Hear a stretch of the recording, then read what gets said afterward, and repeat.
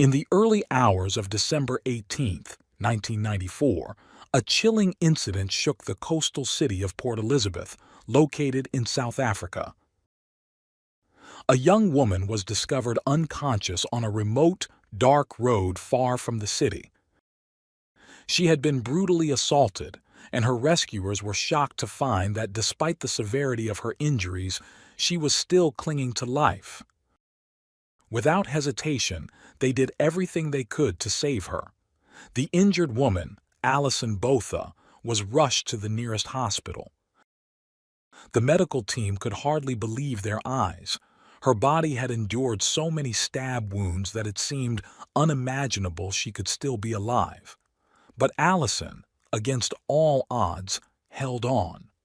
The hours following this tragic event felt endless, and the lives of everyone who assisted her or waited anxiously for news of her recovery were forever changed.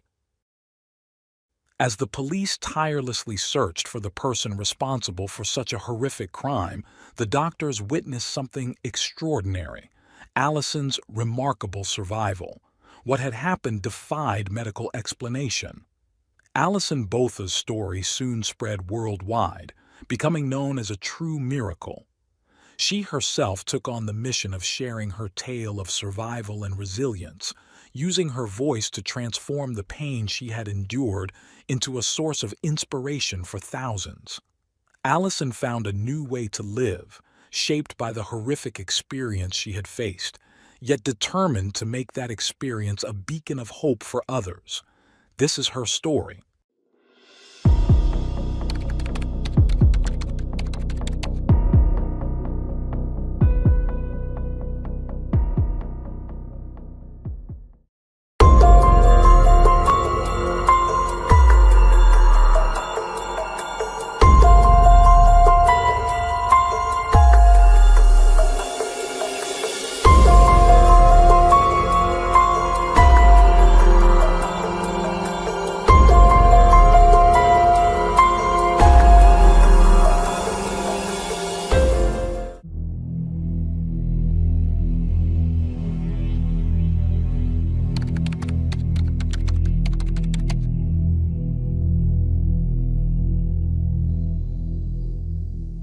Alison Botha was born on September 22, 1967, in Port Elizabeth, a city known for its expansive beaches along Algoa Bay. Growing up with her parents, Brian and Claire, and her brother Neil, Alison enjoyed a fairly carefree childhood. When she was 10, her parents divorced, but this didn't significantly affect her temperament. As a child, she was somewhat detached from her surroundings, and her school years were fairly unremarkable, as her interests seemed to lie elsewhere. As she grew older, Alison realized she didn't have big dreams or ambitions for her future. After completing high school, she pursued a one-year secretarial course at her mother's suggestion as a safety net for an uncertain future. During her teenage years, Alison became curious about the world beyond Port Elizabeth. For several years, she traveled abroad, living new adventures and discovering unfamiliar lands. These experiences gradually shaped her character, and she started to gain more clarity about her motivations in life. After 4 years of traveling, she decided to return home, partly to ease her mother's worries about the distance and her well-being. Back in Port Elizabeth, things returned to normal, but Alison had changed. She found a job she enjoyed as an insurance broker, and when she wasn't working, she spent much of her time with friends, eagerly awaiting the summer months to enjoy days at the beach. But one summer day would lead to an unimaginable event that would forever alter the course of her life. On December 18th, 1994, with the summer heat in full swing in Algoa Bay, Alison spent the day at the beach with friends. As the sun set, they continued the evening at her home, sharing pizzas and beers. Later that night, one of Alison's friends needed a ride home, and Alison, 27 at the time, offered to drive her. After safely dropping off her friend, she headed back, unaware that her life was about to take a terrifying turn. As Alison parked her car, a man suddenly approached and got into the driver's seat, threatening her with a weapon and ordering her to move to the passenger side. A chill ran through her body as she realized the danger she was in.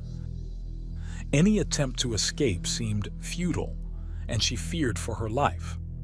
The man, later identified as Franz, started driving through the city, all the while trying to reassure her, saying his name was Clinton and asking her casual questions, though Alison didn't respond. After a brief stop to pick up an accomplice, who joined them in the back seat, Alison's hope of surviving began to fade. The car soon left the city and headed down a dark, deserted road.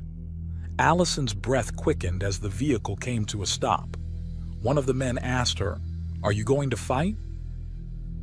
By then, Alison had resigned herself to what was coming. One man violently attacked her while the other waited. She overheard the name Franz during the assault and realized this was her attacker's real identity. The violence escalated as both men took turns, abusing and torturing her. When they were finished, they attempted to kill her. They stabbed her repeatedly, 37 times in total, targeting her abdomen and pubic area. When they noticed she was still alive, they slashed her throat, inflicting 16 more stab wounds. Convinced they had killed her, the attackers fled in her car, leaving Alison to die, naked and gravely injured in the sand. Despite her horrific injuries, Alison found the will to survive. She thought of her mother and how devastated she would be if her daughter were to die at the hands of these men. With what little strength she had left, Alison managed to drag herself towards the road. Before leaving the scene, she scrawled the names of her attackers in the sand and wrote a message of love for her mother. As she tried to stand, she noticed an odd sound coming from her breathing and realized her trachea had been destroyed. Her head, barely attached to her body, hung precariously, but even then, Alison refused to give up. She felt something wet against her leg. It was her intestines. Determined to survive, Alison Botha held her head steady with one hand and clutched her organs with the other. Step by step, she made her way towards the paved road where she collapsed, waiting for someone to help. In the distance, the headlights of a car sparked a glimmer of hope, but when it came near, the vehicle sped away, likely in shock at the horrifying sight of her condition. As each minute passed, Alison's strength waned, until finally another car appeared. This time, it stopped. Tian, a young veterinary student vacationing in Port Elizabeth with friends, stepped out and ran toward Alison. He immediately grasped the severity of her condition but stayed by her side, doing everything he could to save her. He called for an ambulance and held her hand, offering comfort while she fought for her life. Though panic gripped him inside, Tian kept his composure, never letting Alison see his worry. After what seemed like an eternity, the ambulance arrived, and Alison was rushed to the hospital. Her life would never be the same, but she clung to it, determined to seize this second chance. By the time Alison arrived at the hospital, an hour and a half had passed since the brutal attack. The doctors were stunned by what they saw. Her wounds bore the marks of unimaginable cruelty. None had ever seen anything like it, but they wasted no time. Alison's sheer will to live inspired the medical team to fight for her, despite the grim prognosis. Remarkably, Alison managed to sign the consent for surgery without hesitation. Alongside her signature, she wrote her mother's phone number, a simple yet profound gesture. When she was taken into the operating room, the night stretched on. Alison had been on the verge of decapitation, breathing through a hole left by a stab wound in her trachea. Her exposed organs were covered in sand and debris from the beach, presenting a massive challenge for the doctors.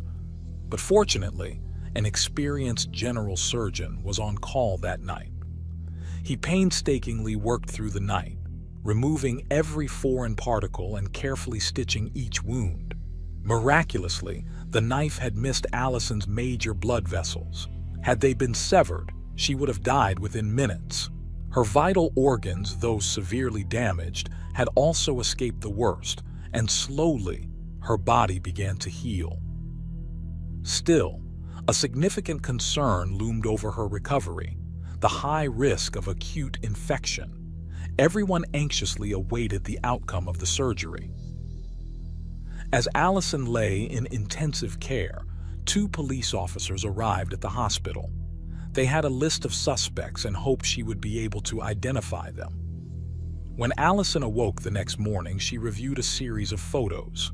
She paused on one image, pointing to a man she recognized as Franz Dutoit, then wrote his name on a piece of paper. She did the same when she saw the photo of Theuns Kruger. The police had what they needed, but they returned later for confirmation. It turned out that both Franz Dutoit and Theuns Kruger had criminal records, including charges of assault. Months before attacking Alison, Dutoit had abducted a 19-year-old woman, assaulted her, and later bought her food and a rose before attacking her again. Though he was arrested in February 1994, he was released on bail. In March, Dutoit and Kruger assaulted another woman who was 3 months pregnant.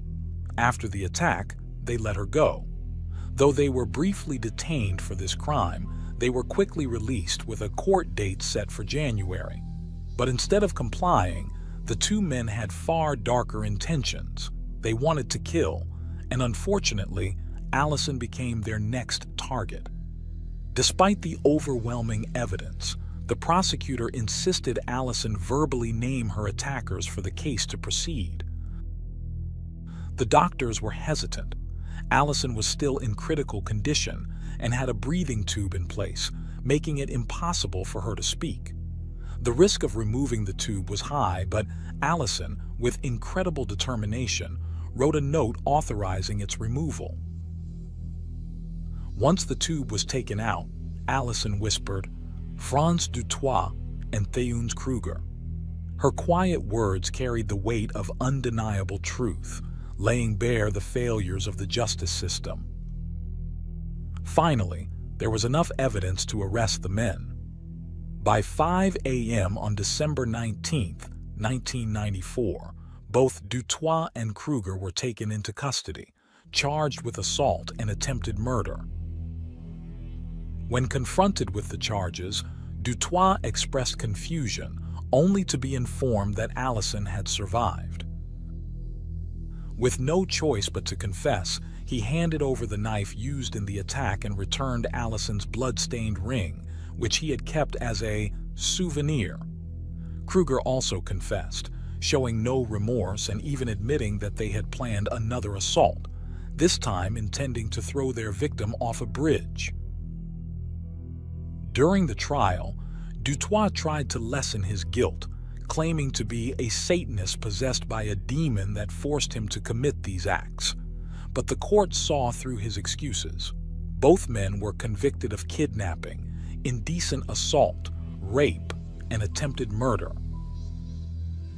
Franz Dutoit was sentenced to 3 life terms, while Theuns Kruger received 1 life sentence plus 25 years.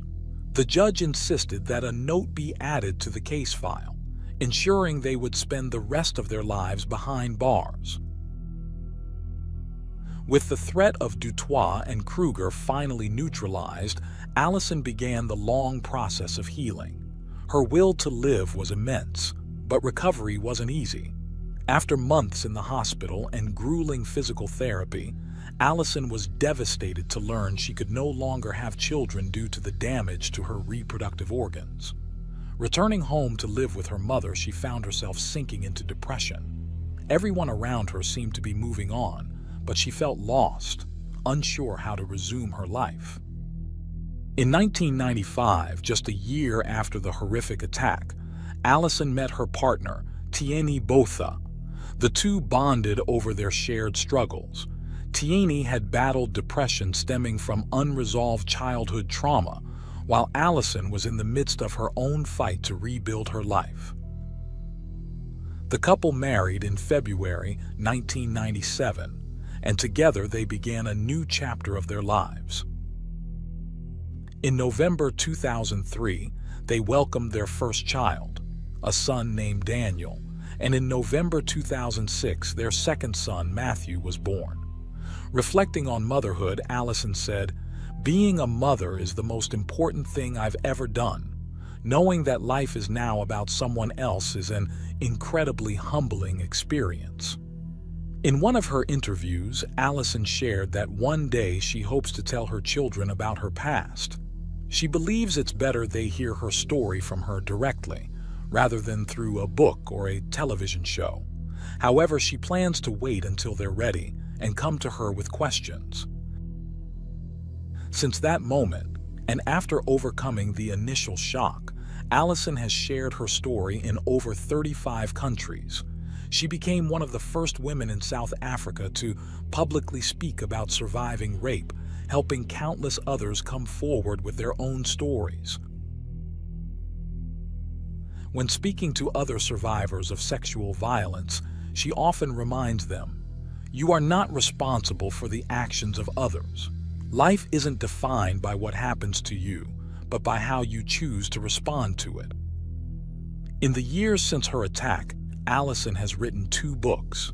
In 2016, her remarkable story of survival was adapted into a film titled Alison. Today, she remains one of the world's most inspiring motivational speakers, using her journey to empower others.